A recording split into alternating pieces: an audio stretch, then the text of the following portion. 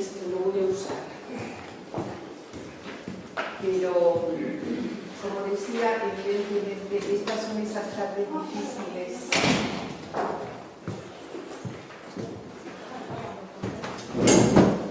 Pero efectivamente, por respeto a los clientes, aquí estamos. Pues mi nombre es Mónica Stillman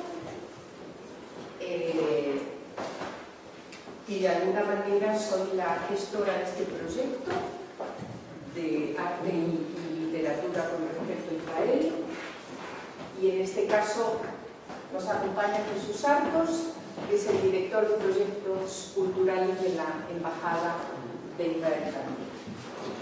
Somos pocos, pero somos fuertes. Tenemos a la directora de la Oficina de Turismo de Israel también aquí, entonces cosa que agradezco también la presencia, sobre todo por correr desde allí hasta aquí. Y antes que nada, me parecía importante contarles brevemente que en realidad tenéis los programas y, por supuesto, veis el detalle de lo que contiene en tanto itinerario, unidades, precio, etcétera, etcétera.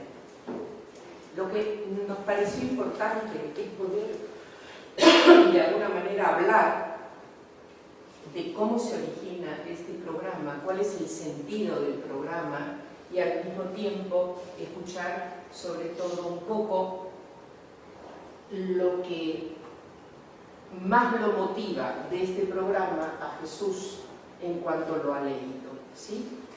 O sea, Jesús, todo tuyo.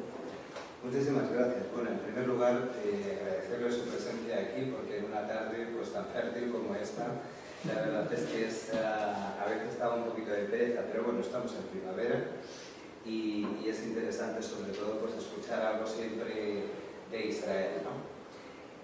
Por lo que he podido ver en el programa, hay como dos platos fuertes, aparte de conocer la historia antigua de Israel, naturalmente. Tengan en cuenta que Israel está posicionada en un territorio que ha sido tránsito de muchas civilizaciones y como tal pues ha bebido y ha podido también dar de beber a muchísimos imperios, ¿no? Pero de la parte moderna que yo les vengo a hablar es muy diferente. El Israel moderno y de los dos platos fuertes que tienen el programa, que son David Grossman y en el mundo de la literatura, y por otro lado pues la ciudad de la Bauhaus, Tel Aviv. Bien. También les hablaré un poco de Amos Oz, aunque no esté en el programa, pero creo que es conveniente porque es una de las figuras en este momento que en Israel más, como diría yo, más solera tiene, ¿no? Por su capacidad como escritor, como literato, como implicado también por la paz. Pero empezaremos hablando de lo que nos interesa, David Grossman. David Grossman nació en el año 54 del siglo pasado, 1954, en la ciudad de Jerusalén. ¿Bien? Él es hijo de Isaac Grossman, originario de Polonia, y su madre, Micaela, de Jerusalén. El abuelo de Grossman, emigró en el año 36, cuando las cosas empezaron a ponerse mal en Alemania, a Jerusalén. Él formó parte de ese grupo de judíos que vieron avecinarse el panorama que, bueno, pues poco después desembocó en la tragedia de la Shoah.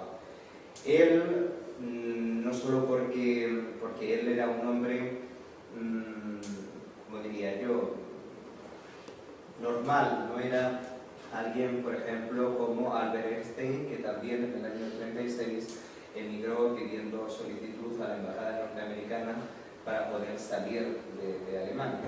Los abuelos de Grossman eran personas corrientes.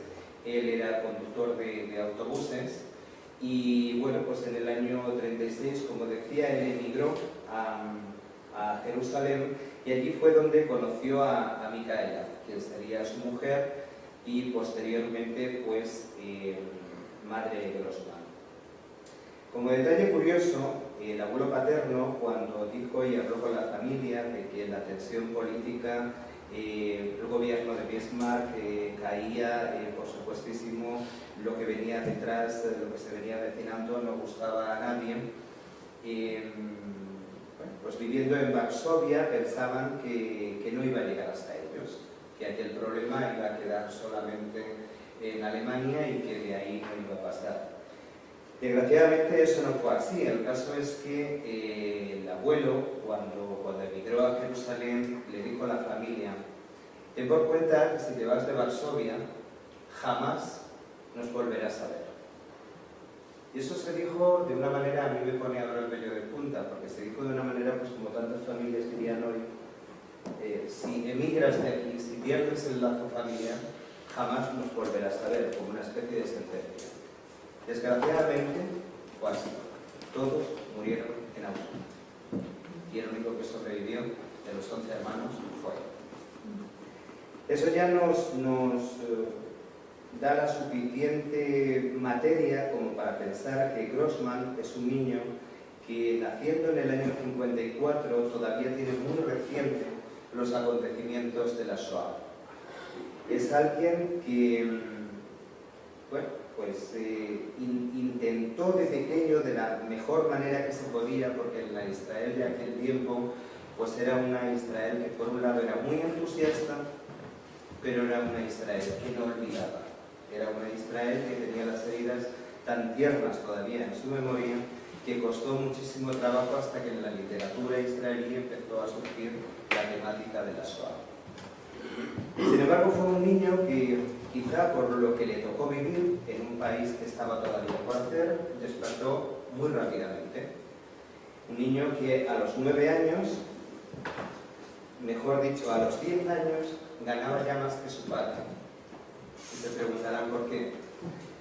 Él era un niño introvertido, un niño muy cerca de la familia, de los padres, pero que escapaba del seno familiar a la calle, se quedaba mirando, jugaba poco con los otros chavales, le gustaba escribir, y escribir acerca de todo, sobre todo lo que veía, ¿no? A los 9 años ganó leyó, mejor dicho, uno de los cuentos de Sholem Aleichem, que es uno de los escritores básicos de raíz para comprender la literatura israelí. Y a raíz de ese cuento, a él le motivó lo suficiente como para dedicarse a la escritura casi de una manera profesional. Y se presentó a un concurso de radio en Jerusalén que llevaba el mismo nombre, Sholem Aleichem, y lo ganó. De tal modo que eso ya lo incentivó a un chaval de 9 años lo suficiente como para poderse empezar a ganar la vida. Y a los 10 años, como digo, pues este chaval ya no solo se ganaba la vida escribiendo cuentos, sino interpretándolos a través de la radio. Era la voz de muchos de los cuentos que se escuchaban en aquella época. Pero los tiempos fueron evolucionando y el chaval fue creciendo con la radio hasta que le empezó a interesar la situación política. Y este hombre veía que se producían ya movimientos a partir de los años 60, 70, la década de los 60 y 70, pues que vamos a llamarlos diplomáticamente tensos. Pues por las guerras de Israel, la guerra del 67, Yom Kippur, etc. Y a este hombre le preocupaba sobre todo por qué razón se producía aquel desencuentro entre el mundo árabe y el israelí. Y esa preocupación le llevó incluso a pedirle a su padre, muy joven, estamos hablando de que él tendría del orden pues, de 15, 16 años, estudiar árabe. Y le dijo a su padre: ¿pero para qué? Dice: papá, porque estamos rodeados de árabes y hay que entender esta cultura y hay que conocerla, y para ello necesitamos comunicarnos, y para comunicarnos necesitamos implicarnos en su lengua. Es decir, el Aya tiene una base filológica que no suele aparecer en todos los escritores por igual. Más bien los escritores buscan de alguna manera el tratar de comunicar experiencias a través de la literatura, profundidad. Bueno, con 10 años, como decía, él escribió Gil corre del circo, uno de los primeros cuentos que este hombre escribió y con los que empezó a ganar dinero. Con ese dinero se sufragaba en las propias clases de árabe. Ya como una edad de 17, 18 años, como es natural y como cualquier chaval de su edad, conoce una mujer. Y mira por dónde, pues el arrebato es tan tremendo, tan grande, que bueno, pues la típica relación fantástica en una Israel que está creciendo y que cuando los países crecen y son nuevos son preciosos todos porque hay muchas ilusiones por delante, ¿verdad? Pero bueno, su implicación política le llevó por un lado a perder su puesto de trabajo en la radio, ya decía cosas que no eran del agrado de todo el mundo, y por otro también esa implicación le restaba tiempo para prestar a su novia, con lo cual también tenía a la novia enfrente. Por un lado a los padres, que no se explicaban la razón del por qué el crío les había salido así. Por otro lado, claro, un chaval con esta edad, pues que sea capaz de ganar más que el padre era conductor de autobuses. Y el chiquillo ya el sueldo que llevaba a casa, como dije antes, era superior al de su padre. Bueno, el caso es que la crisis fue tremenda, estuvieron casi un año prácticamente sin hablarse los novios, al punto de que él continuó con esa labor de literato emergente y escribió un cuento para su novia, con la intención de reconciliarse con ella. No podía eso continuar así porque para él era una agonía. Con la suerte de que la sensibilidad y la profundidad con la que este hombre escribió aquello a su novia, pues convenció. Y convenció de tal modo que volvieron y ha sido su mujer, y sigue siendo su mujer. Él cuenta esto en porque tiene algunos libros que son autobiográficos muy interesantes, y él cuenta esto para tratar de hacer entender a la gente la importancia que tiene la palabra escrita cuando se elige aquello que se quiere transmitir. Es decir, es un vehículo para el pensamiento más profundo del ser humano. No es tanto una especie de manoseada manera o forma de comunicarse, no.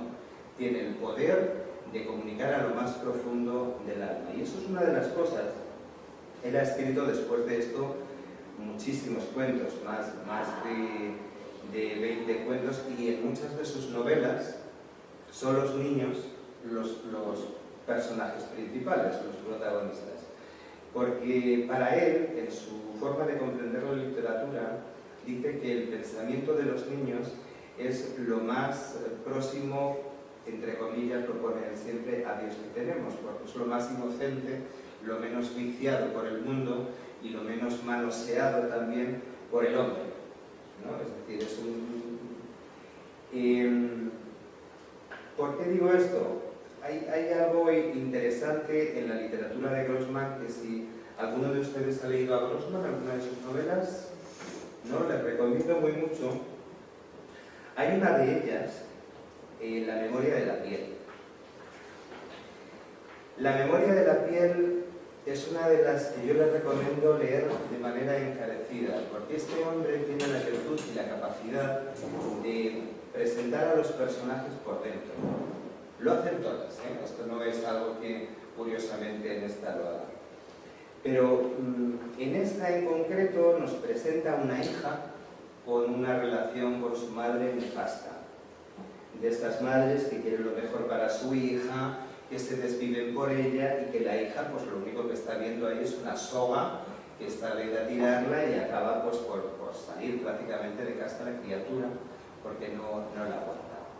Sin embargo, la madre muere o está en el lecho de muerte y vamos descubriendo entonces a la hija por dentro, sus pensamientos, en su pequeña historia, en su relación con la familia, con los amigos, con los familiares, con el entorno, desenvolviéndose como si fuéramos quitando las capas de una cebolla hasta encontrar el corazón que acaba uno, pues como todos sabemos, llorando, ¿no? Una novela muy interesante que les recomiendo. Y aunque haga un paréntesis en esto es porque les quiero traer a la idea de otra escritora que ha aprendido mucho de él, Zerulla Salev. Zerulla Salev, que estuvo no hace mucho presentando su último libro, lo que queda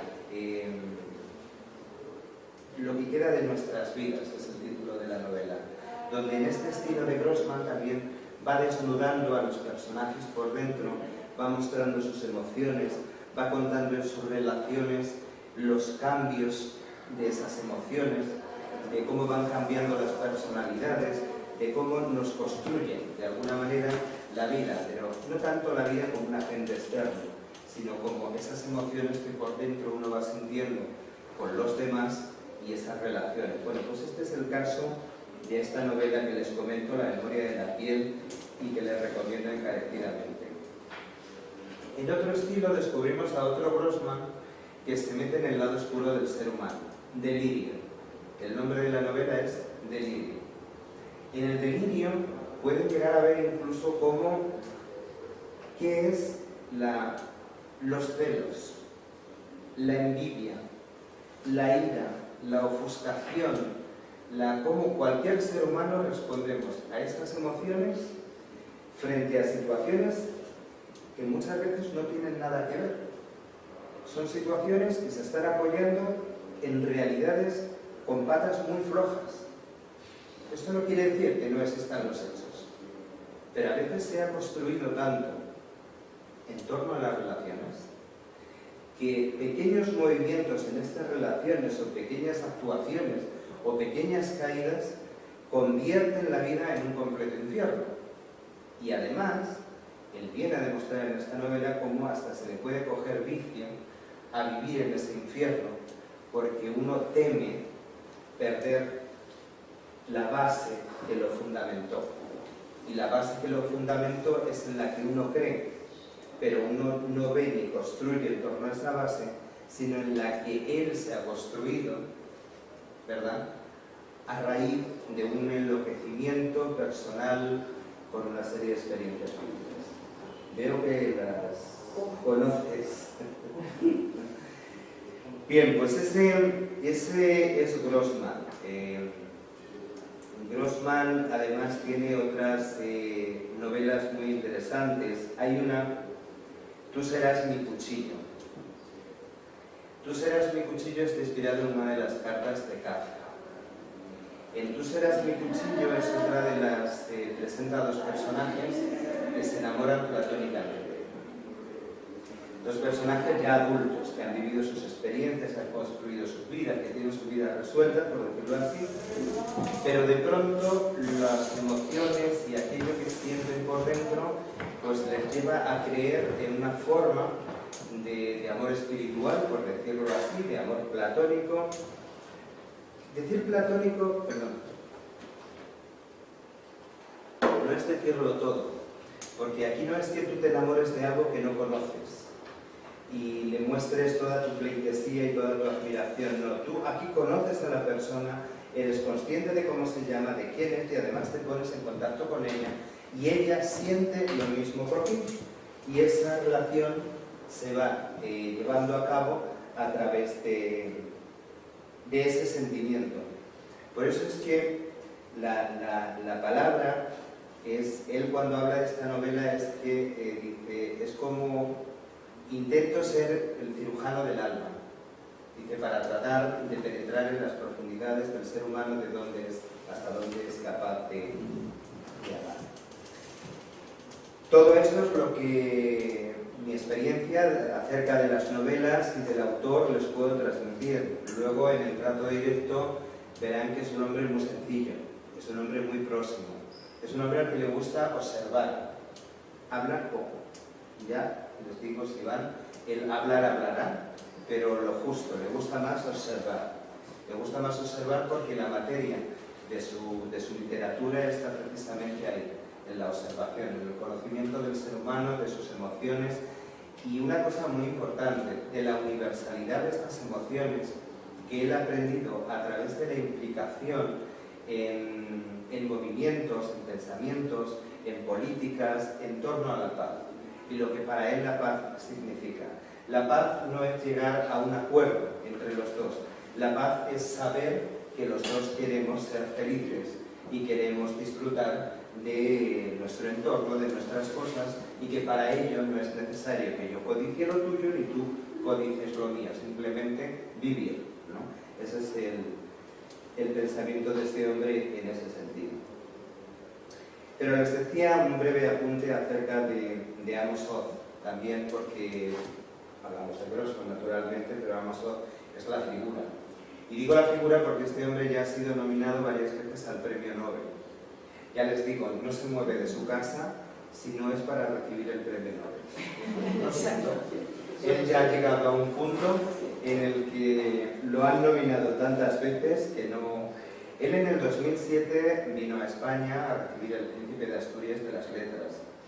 Él es un hombre también que nació en Jerusalén, este sí nació en el año 39, es poco mayor que Grossman. Él fue premio de literatura en el 88 en Israel, por un libro muy autobiográfico, y por eso es por lo que lo he traído acá, que se denomina Una historia de amor y oscuridad. Es otro libro que tienen que tener de cabecera. Razón, ya el título lo dice todo. Este hombre cuenta de manera biográfica su vida, su existencia, cómo ha llegado ahí. Y no ha sido una vida precisamente de rosas, como todos los que comenzaron a desarrollar y a crear el Estado de Israel. Él es profesor de la Universidad de Jerusalén, en Beersheba, al sur, una zona ya en el desierto del Negev, con muchísimo calor. También es otro hombre pues, que participó en la Guerra de los 6 días, estuvo también en la de Yom Kippur, y en el año 70 fundó un movimiento pacifista con otras personas que se llama Shalom Ashaf, que es algo así pues, como la paz ahora, ¿no? Y es un hombre muy comprometido políticamente, es un hombre que sus novelas, aun siendo la gran mayoría de ellas prácticamente muy biográficas, porque no es que él se esté refiriendo a él, pero partes o pistas de su vida aparecen en prácticamente todas sus novelas. Sí es un hombre muy comprometido también, al igual que Grossman, con el ser humano. Este es más, en este sentido, es más epidérmico. Es un hombre de emociones de roce, de piel, de contacto. No es tanto como Grossman, que es más espiritual en ese sentido, por decirlo así, ¿no? Este es un hombre que habla del dolor que puede producir el contacto, como al propio tiempo el placer. Les decía que en esta novela, Una historia de amor y oscuridad, él perdió a su madre muy joven. Tenía, me parece recordar, que eran como 12 años cuando él perdió a su madre. La razón, pues la misma que preocupaba también al entorno de Grossman. Estamos creando un Estado. Nos han denostado, casi acaban con nosotros en Europa después de la salvajada de la Segunda Guerra Mundial con el partido nazi. Necesitamos estar todos codo con codo para hacer de esta tierra, que no es la misma de hoy, porque la verdad es que verdaderos desiertos se han convertido en vergeles, y no por nada, sino porque se han empeñado en ello. Un país que comenzó también con una política muy socialista, muy de vivir en comunidades, los famosos kibbutz. Este hombre vivió con su mujer en un kibbutz. Fue también un hombre comprometido muy políticamente. Y claro, de esa idea que venían del exterior, como Israel, la tierra donde mana leche y miel, a lo que se encontraron, porque distaba mucho, y eso ha curtido mucho a estos escritores de la primera, por decirlo así, generación del actual Israel. Como decía, él perdió a su madre. La perdió porque su madre entró en una terrible depresión debido a que su padre estaba tan metido en política, en movimientos, en historias y tal, que, bueno, pues por estas circunstancias de la vida, del tiempo, de la época, etc., pues la mujer acabó quitándose la vida, y para eso, para él, fue una tragedia. Fue una tragedia que le marcó tanto que en esa novela, y no quiero revelar nada porque sí es verdad que es de estas novelas que a poco que dices, pues ya las has contado, ¿no?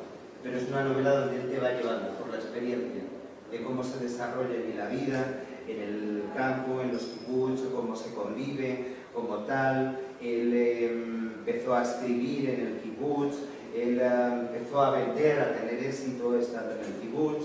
Incluso llegó el kibutz a dejarle, pues normalmente en un kibutz en aquella época lo que se hacía era agricultura, era salir, sembrar, recoger, tal cual, es decir, es una vida... incluso se le apartó para que él pudiera dedicarse más a escribir, hasta que se le pagó la universidad desde allí también, hasta que, bueno, pues las cosas cambiaron y él incluso cambió su nombre, y no les voy a decir por qué. Su nombre es Amor, pero no es, el apellido no es el original, que figura en su partida de nacimiento, y ahí les dejo que lo descubran en la novela. Y luego también en el ámbito político otro libro que ya no es tanto literatura, sino que es más tal, es Contra el fanatismo. Contra el fanatismo es un libro escrito como ensayo que anima a todo el mundo a que lo lea, sí, ¿verdad? Porque es verdad, el fanatismo se utiliza, es una palabra y además últimamente demasiado manoseada. Es perfecto para cualquier situación, nacionalidad. Exacto. Perdón. Y bien, un poco pues estos dos son los autores, por supuesto que luego tienen muchísimos más de nueva generación. Un autor que a mí me encanta mucho es Nir Baram. Nir Baram es un chaval joven, estuvo aquí presentando su último libro, La sombra del mundo. Habla de los movimientos que están ocurriendo últimamente, la globalización, los movimientos antisistema, realmente lo son tanto, también un poco el juicio personal de todos aquellos que han salido de la universidad, se empezó a dedicar a vivir en fin, en este mundo, y la cosa luego ha llegado a donde ha llegado y se empiezan a cuestionar, debo seguir por esta vía, debo, en fin, esos son los libros que... Y luego otros autores como Edgar Kellett, ¿no? Que sus libros son divertidísimos, donde uno pues escucha hasta a los gatos hablar, ¿no? y hablar de los dueños, y lo presenta de una manera muy divertida. Es un libro es un escritor al que todos los estudiantes de hebreo les encanta leer en hebreo, porque es el lenguaje de la calle. No es ya la literatura, por ejemplo, de una Mosó, que la pobre traductora, ¿cómo es que? O sea, Raquel es que... ¿Es la Bejarano? No, Bejarano es de Grossman. Bejarano es de Grossman. Grossman es Sí, bien, bueno, pues no me viene ahora, pero la mujer me dice muchas veces que me paso a lo mejor 3 días para traducir una página, ¿no? Porque a ver realmente qué es lo que está tratando de decir, ¿no? La gramática y la estructura del hebreo es diferente para trasladarlo al castellano. Es un idioma, por supuesto, muy bonito, que se dicen muchas cosas con muy pocos sonidos a veces, y eso pues hace que a través de la literatura resulte difícil para los traductores. Y ya cambiando un poco por completo, y para finalizar, pues vamos a hablar de arte. Otra de las cosas que están en el programa, como es la Tel Aviv de la Bauhaus.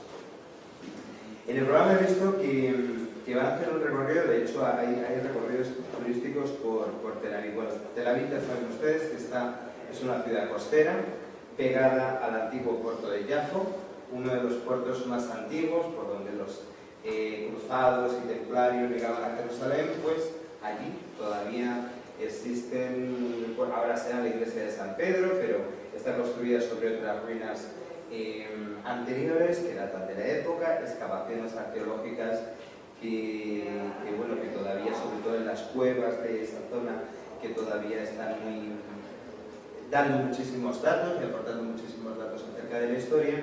Pero para introducirles van a ver, porque creo que van a pasar por Yafo y todo el antigua Tel Aviv, por decirlo así. Es un barrio precioso ahora, donde eran casas pequeñas, antiguas, tal cual, todo aquello se ha convertido en el barrio del arte. Allí no das 2 pasos sin encontrarte con una galería, con un artista, con un taller, con un tal. Es una zona muy bohemia, que desde luego es preciosa, y luego además saliendo de un poquito por la iglesia esta de San Pedro para arriba hay unas terrazas estupendas, nada caras, donde se puede disfrutar de una maravilla. No, pero les venía a hablar de que Tel Aviv, desde los años 30, antes de la fundación del Estado, se empezaron a construir más de 4.000 viviendas en el estilo Bauhaus. El estilo Bauhaus, que nació en Alemania ya a finales del 19, principios del 20, se consolida la escuela Bauhaus, 1912-13. Es un estilo que al principio fue tomado por muy revolucionario, porque era un estilo que lo que pretendía es la operatividad, es decir, los edificios no tenían que ser solo bonitos, sino que tenían que ser útiles. Y la utilidad tenía que darse a la persona que lo habitaba y por tanto pues se buscaba la luz, se buscaba el color y se buscaba también la naturaleza. Y esto surge también en un movimiento en aquella época que es lo de las ciudades jardín. Aquí tenemos el ejemplo de Arturo Soria, que probó también su modelo de ciudad jardín de manera circular, Bien, como consecuencia del nazismo y posterior Shoah, bueno, naturalmente con aquello que llamaba las SS el arte degenerado, pues muchísimos artistas salieron de Israel y entre ellos pues muchísimos arquitectos judíos que pertenecían a la escuela Bauhaus alemana. Con esa salida, bueno, pues los primeros destinos es verdad que algunos partieron esto después, perdón, esto es después ya de la Segunda Guerra Mundial. Algunos partieron a Estados Unidos, creándose posteriormente de ellos la Escuela de Chicago, que trajo consigo, a raíz del gran incendio de Chicago, pues trajo consigo la construcción del hierro, las estructuras de hierro y estos edificios ya tan tremendos y grandes, ¿no?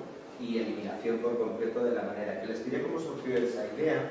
Surgió a través de también de una señora que estaba limpiando, no recuerdo el nombre del arquitecto, en la casa de este arquitecto y tal, y entonces empezó a colocar unos taburetes de diseño de aquella época encima uno del otro, de hierro, taburetes, y ahí surgió la idea de las estructuras de acero. Después aquello luego evidentemente evolucionó muchísimo más en la escuela de Chicago y se llegaron a crear por lo que es hoy. Pero para la Bauhaus y en los años 30, estos arquitectos que huyeron y que llegaron a las tierras del actual Israel, pues se plantearon hacer algo más allá de la zona antigua, que era Yafo, y claro, lo que traían de sabido pues era lo que habían aprendido y en lo que estaban trabajando. Es decir, que las casas, que las hábitats fueran para vivir, que fueran cómodas, ¿no? Claro, en este estilo, bueno, y en aquella época además esto era mandato británico, ¿verdad? Tel Aviv tenía su alcalde, que era Meir Dizengoff, y Meir Dizengoff, pues cuando vio venir todo aquello, le vino como anillo al dedo, porque claro, arquitectos eran una de las cosas que más necesitaban, ¿no? Y se permitió, por supuesto, se llegaron a crear más de 4.000 viviendas estilo Bauhaus, con una gran diferencia de la Bauhaus europea, y es que estamos en un territorio de clima mediterráneo, donde el calor es también mayor, y apareció la Bauhaus blanca, ¿bien? Que serán los edificios de la Bauhaus blanca. Como van a estar en Tel Aviv, se darán cuenta que precisamente en la plaza que está dedicada a este primer alcalde de Tel Aviv, que es la plaza de Dizengoff, pasando por su avenida Dizengoff, pues tienen uno de los edificios más preciosos, un hotel, Hotel Cinema, Bauhaus, y conservando las estructuras casi de origen, con algunas modificaciones propias de las legislaciones actuales. Esto sucedió desde el año 25 al 27, 2 años nada más se concedieron las licencias, el mandato británico, por supuesto, no dijo nada, llegaron estos hombres a la zona y se empezó a construir. Muy recientemente se declaró patrimonio de la UNESCO, y la ciudad de Tel Aviv fue nombrada como la ciudad blanca. ¿Bien? La razón es porque todavía se conservan muchos edificios de aquellos 4.000, en torno a 1.400, 1.500 edificios, y por supuesto en el tiempo en el que estamos, que es el de la conservación y el de poner en valor la historia y poner en valor el fin, pues, y más en un país pues, nacido en el año 48-49, pues es lógico que esto se haga más patente. Hay rutas especiales y dedicadas a esto, y como novedad o como anécdota que les contarán por allí, es que Claro, estos arquitectos empezaron a trabajar en esto del uso, también estaban los materiales, la economía de los materiales. Los materiales no tenían por qué ser caros, sino al contrario, son unos materiales, pues nada, en aquella época, como es natural, el hormigón. Y el hormigón, pues está muy bien, porque asienta muy bien y tal, pero los veranos en el hormigón, a ver que los aguantan. Y ese es uno de los principales. Bueno, eso llevó también a un diseño urbanístico diferente. Es decir, que las calles fueran un poquito más amplias, que al mismo tiempo... ¿Para qué? Para que las cafeterías y estas que se vinieran abriendo pudieran extender sus terrazas.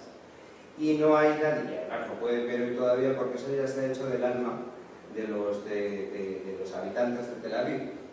A usted si busca Tel Aviv, no la busca en su casa, solo en Shabbat. Búsquela en la calle y en las terrazas de Tel Aviv, porque es donde está, ¿no? Es decir, eso ha quedado como muy en el carisma propio de la gente de Tel Aviv. Y bien, yo creo que con esto se puede hacer una idea un poco a través de la literatura del arte, por supuesto. Luego allí pues, en Tel Aviv tienen el Museo de Arte Contemporáneo, podrán ver las principales obras de Chagall. Al pasar por Jerusalén, el Museo de Jerusalén también acoge las principales obras, también muchas de ellas sinagogas enteras salvadas del exterminio en Europa, en fin. Y acerca de Tel Aviv, pues como les decía, desde el año 2003 es Patrimonio de la Humanidad y bueno, pues se está haciendo un gran esfuerzo porque aquello se mantenga. Y que hay que viajar para verlo. Y que hay que viajar para verlo, porque evidentemente si uno no lo siente y lo vive y lo experimenta, pues como decía Grossman,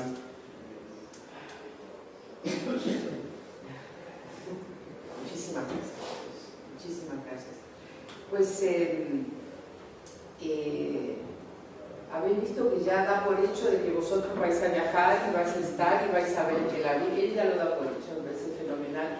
Yo creo que sí debemos hacerlo. Pensaba lo de puentes de palabras ahora y lo que decías en cuanto a la palabra de Grossman, que también es algo que me llega muy mucho. Hay un libro que lo has mencionado y que es terrible, que es el que él cuenta la muerte de su hijo en el libro. Que, confieso, es tan fuerte y tan bien escrito.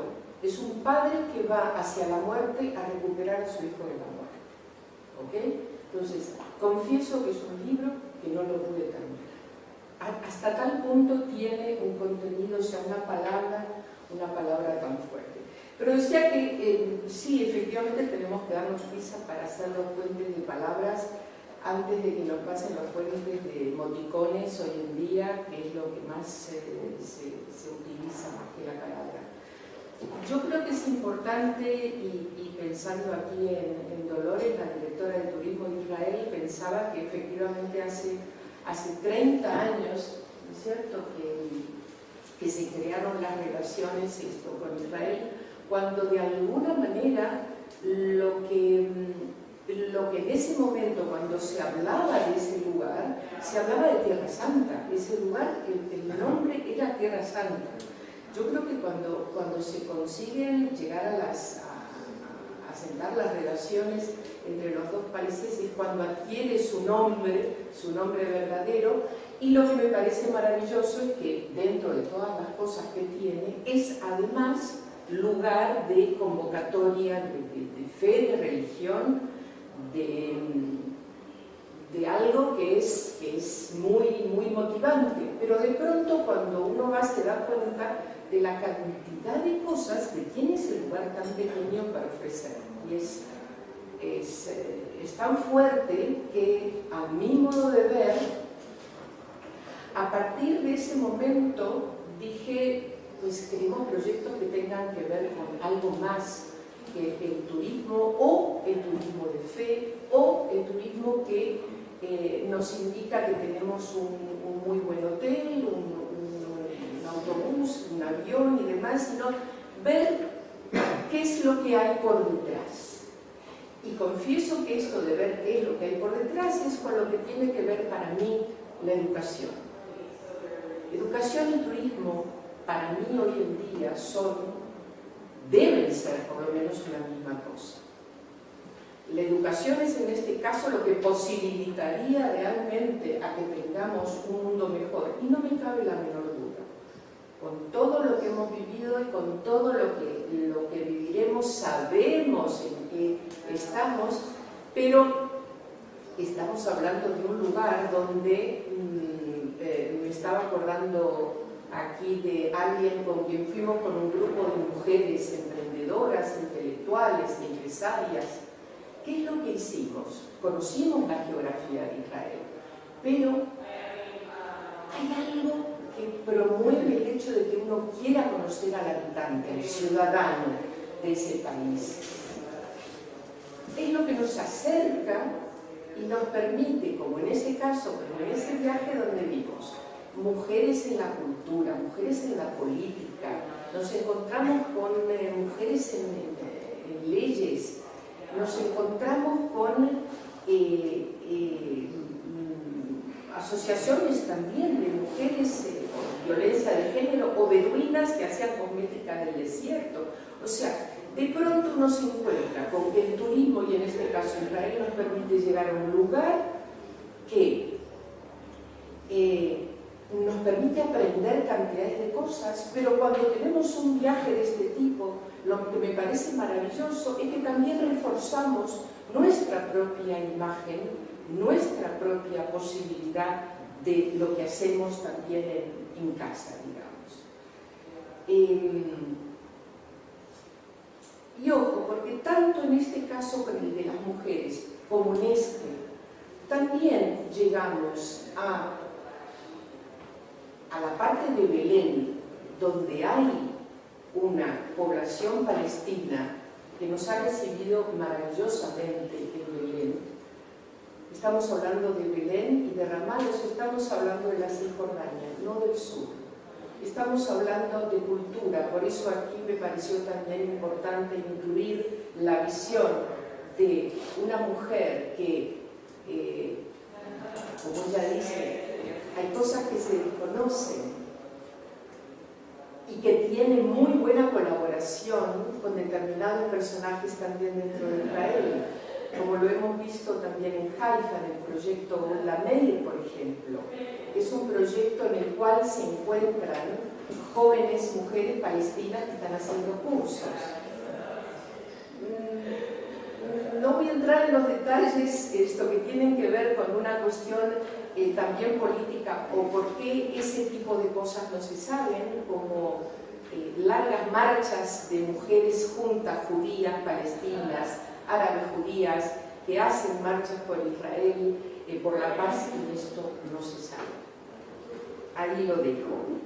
Que por cierto, hablando de la paz, me estaba enterando en estos días que los esquimales, las unit, cuando tienen un problema de violencia, lo que hacen es improvisar poesía al otro, improvisar cosas con las que decirle al otro que el otro tenga que contestar. O sea, creo que es una cosa absolutamente maravillosa esto de poder, me acordaba lo del fanatismo de Amos Oz, que pudiese permitir que a través de la palabra y de los puentes de palabra uno pudiese acercarse a la gente, porque evidentemente lo sabemos todos, cuando uno se acerca a alguien, se acerca a la gente, se da cuenta que tendrá otro idioma, tendrá otra comida interesante, serán otros olores, otros aromas, que son los mismos sentimientos, las mismas pasiones.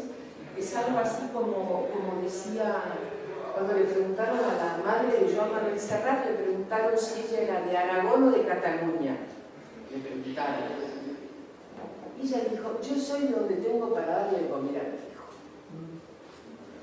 Y con todas las mujeres, en este caso concretamente con el viaje de mujeres que habíamos hecho a Israel, nos pasó eso, había una coincidencia y una cercanía. Esto es lo que me llevó en su momento a llevar a educadores, a jóvenes, a mujeres, a gente, por ejemplo, de Tudela, que hizo todo el circuito por el Mediterráneo, empezando por Israel de Benjamín de Tudela, que durante 14 años recorrió el Mediterráneo. Hoy más que nunca creo que este tipo de cosas, en todo caso, quiero que me las cuenten en el lugar, porque se viven. Y no quiero que me las cuenten a veces subjetivamente y con otras intenciones. Quiero verlo por mí mismo. Por eso la idea, y en este caso con la que es la que traduce al catalán a David Grossman, nos planteamos la posibilidad de acercarnos a este tipo de cosas allí que nos permitan la sensación de acercarnos a una realidad para verla con nuestros propios ojos. De la misma manera que Jesús habló de Grossman y de la Bauhaus, debo decir que aquí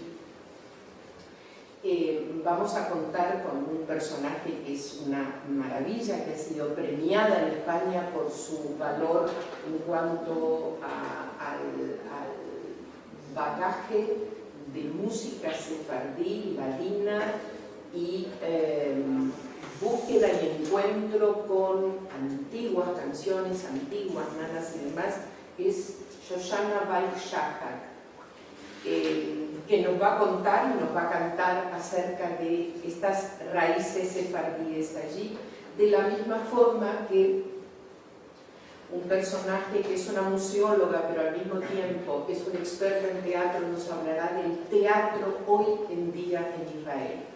De la misma forma que nos esperarán en la biblioteca de Jerusalén, que es una preciosidad, en todo sentido.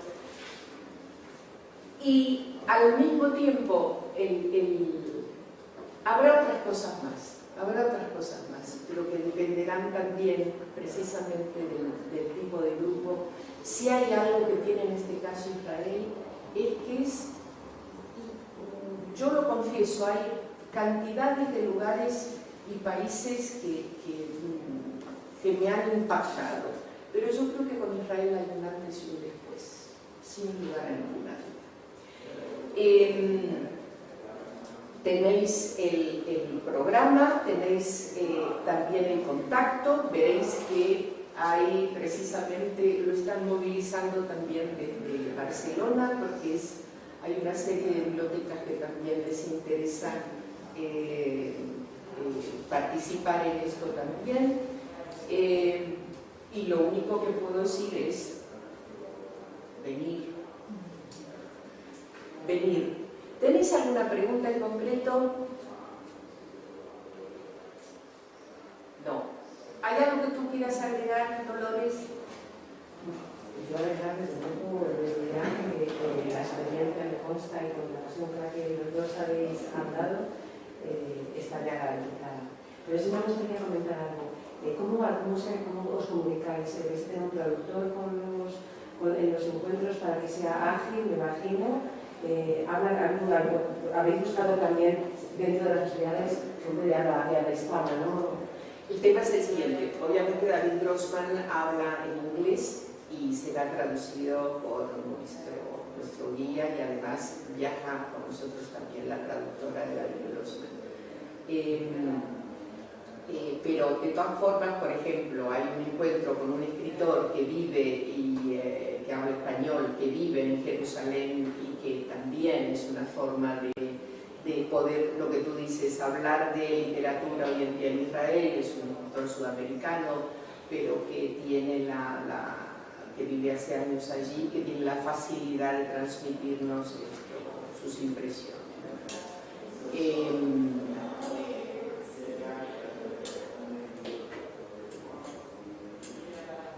Con Amos fue difícil, imposible, no tendremos que hablar, porque yo lo sigo prefiriendo a David Grossman como persona, pero eso es otro tema. Esto, si no vais a tener preguntas, permitidme que yo agradezca a Casa Sefaradia Sonia Sánchez, que ha estado tan amable, tan gentil y sobre todo, como yo digo, aguantándome cuando yo pido cosas.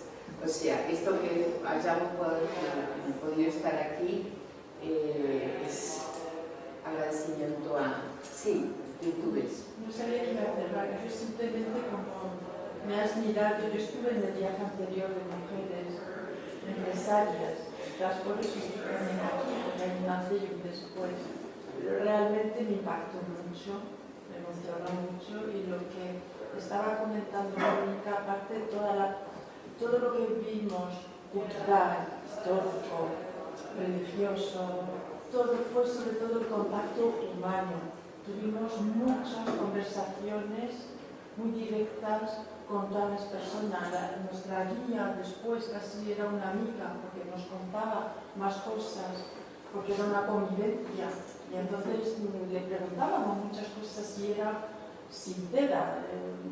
Nos explica. Y después, en cada encuentro que hemos tenido, como fue en un kibutz o lo que sea, siempre ha habido una gran hospitalidad, una apertura tremenda en comunicación, en que nos hemos encontrado tan a gusto, tan acogidos y de poder comunicar, pero con toda la franqueza, porque a veces ha habido preguntas, a veces que les ponían pues, la guerra, la posición y todo, y hemos podido ver que aquí tenemos muchos clichés y todo, y lo que aprendemos allí es toda la diversidad cultural que hay, el dinamismo, la vivacidad, la tolerancia, la paz. No sé, yo realmente, por eso estoy aquí de nuevo, porque sí que me estoy planteando de hacer este viaje porque volvemos con una gran riqueza cultural, histórica y todo, como cualquier viaje, pero un plus que es difícil decir porque hay que vivirlo realmente y está lleno de emociones, de colores, de vivencia, de diversidad. Jerusalén, vimos muchas ciudades, estuvimos en Tel Aviv, recorrimos mucho, pero Jerusalén, esto de callejear y de ver que pasas en la parte hebrea, árabe, cristiana y todo, pues un ejemplo, ¿no? Que nos podríamos ver. Hay muchas cosas, es que es tremendo lo que se puede adquirir en poco tiempo y que marca para mucho tiempo. Y nada más, quería decir que ha sido una experiencia muy grande y que me gustaría repetir si puedo. Yo juro que no la he preparado. Yo ni sabía que iba a haber. Se le nota la pasión con la que hablas. No, el alma fue una experiencia única, que también las mujeres en Belén y todo, descubrimos muchas cosas que realmente no nos llegan aquí, ¿no? Y es verlo con nuestros ojos y con nuestro corazón, ¿no? También. Y la acogida, la hospitalidad. Yo recuerdo que más que llegar allí teníamos la sonrisa, no sé lo que pasó, todos teníamos sonrisa en la cara en Galileo cuando estuvimos en el barco bailando todos. Es que son muchos recuerdos, realmente muy, muy bonito y cosas muy duras también, pero que nos hacen reflexionar sobre la historia y sobre nuestro sentido de la vida y sobre la actualidad, el futuro, es también filosofía, no solo... es todo, yo digo que es todo. Y al final es un país tan antiguo, ¿no? Es que tiene las piedras, las calles, todo habla, es también un país muy, muy antiguo, hay que ver que es historia también, no hay que olvidar, no es historia actual, es historia de muchos años y hay trazas de culturas muy interesantes. Sí. Yo quisiera felicitarlos por esta iniciativa espléndida y comparto mucho y coincido mucho con lo que habéis comentado acerca de Israel.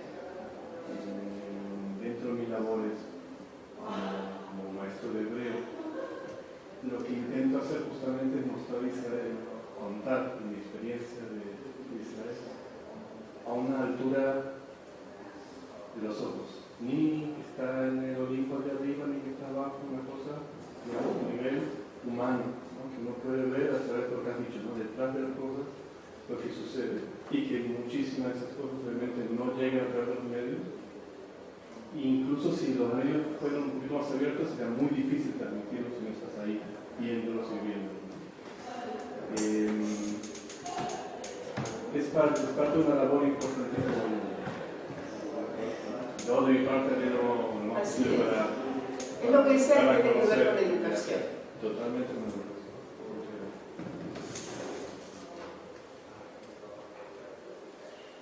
¿Tenéis el problema? Sí, sí, cómo no. En efecto, la tendrán con llegó la información que era un programa, porque Israel está ahí, puede ser, o ha sido, o no ha sido, pero la idea del contenido, de la cultura de este viaje, distinto de los que nos han propuesto durante muchos años, ¿no? Donde generalmente siempre había un contenido religioso que igual no se ajustaba a nuestra idea o al revés, era demasiado religioso para una persona que quiere ver otras cosas, una visión laica de un país, pero que tienes dentro, porque esa es tu identidad. Se han dicho muchas cosas. Mi problema son las fechas, que son maravillosas, porque creo que Israel o se va en primavera o en estas fechas. Entonces hoy he venido como para decir qué pena, porque probablemente en mi caso no tendré, por motivos de trabajo, no tendré la posibilidad. Entonces la cosa práctica es si se va a hacer en el futuro, si es la primera vez que se compone y si tiene éxito. Vamos a tener los que no podemos otra posibilidad y en el caso de que podamos organizarnos de alguna forma, si tenemos un tope para reserva, decir, Buena pregunta. puedes Sí. pensarlo hasta que me digan mis jefes Sí. si te puedes ir O no. buena pregunta. En realidad aquí nos encontramos siempre con un problema de que hay quien profesionalmente sabe de viajes, entiende que julio y agosto Nada. o sea que todo lo que venga en septiembre es un problema, porque julio y agosto ahí muere. Por lo tanto, lo máximo que se podría esperar, y ese será un poco el límite, serían los primeros días de junio, como para decir junio. Entonces, ¿qué pasa? Sí sabemos, a diferencia de otro tipo de viaje, que es el viaje en un circuito regular, que se puede hacer en cualquier fecha y demás, comprender que parece una nimiedad, pero hasta que pudimos encontrar la fecha en la que Grossman podía, y en que estas mujeres estaban también, y en que hay algo que no lo puse porque no lo tengo confirmado, pero que también estará, me imagino. Mi contacto con el Instituto Cervantes para una serie de cosas que tiene que ver también con esto. Entonces, sobre todo lo que es muy de agradecer en Israel es que tanto el Instituto Cervantes como la Embajada de Israel, de España, siempre están abiertos al mayor apoyo, realmente es así. Pero como suele decirme el cónsul, dice, la tarea que hacéis vosotros con estos programas es mejor que lo que hacemos en el Consulado de España. Entonces, ¿qué pasa? Depende de la cantidad de gente que tengamos hasta junio, porque no eres la primera que me dice eso. Lista de espera. Yo, por ejemplo, sé que para medios de junio No podrás. no Pero podré. hay gente que me ha dicho que le interesaría, pero resulta ser que tiene comienzos de clases, hay profesores que tienen Es que eso. son épocas Claro. de matrícula. Exactamente. Son universidad, instituto y demás.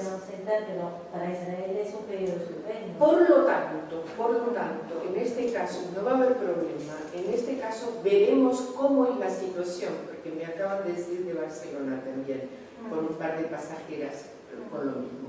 La única cuestión es tener un un mapa de la gente que esté interesada en esto y saber de qué manera, si por algún motivo no se hace en esta fecha o se hace pero podemos repetirlo, que tengamos toda la información de la gente como para decir, bueno, es esta fecha pero además tenemos esta otra, o no la tenemos esta y tenemos la otra. Para eso sí vamos a necesitar un correo y algo. Vale. Exacto. Sí, estamos hablando y decía Sí, sí, exactamente.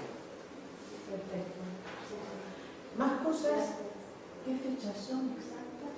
son del 12 al 19 de Son septiembre. maravillosas. Yo por eso digo las cambiaría. Es una buena época. Sí. Que en realidad no suele estar porque como está cerca de Año Nuevo, entonces está con su familia y demás.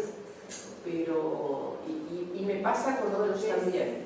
Después, inmediatamente después viene Año Nuevo. Exacto. Pero entonces finalmente para hacer la reserva, ¿hasta qué fecha tendríamos? Hasta los primeros de junio, o sea, los 10 primeros días de junio. Hasta el 10 de junio, digamos, concretamente. ¿Ok? Esto, tenéis ahí mi correo electrónico y demás, y con mucho gusto. ¿Está incluido el Museo de Jerusalén? Sí, sí. Os agradezco muchísimo y espero veros. Espero veros en el aeropuerto conmigo. Gracias.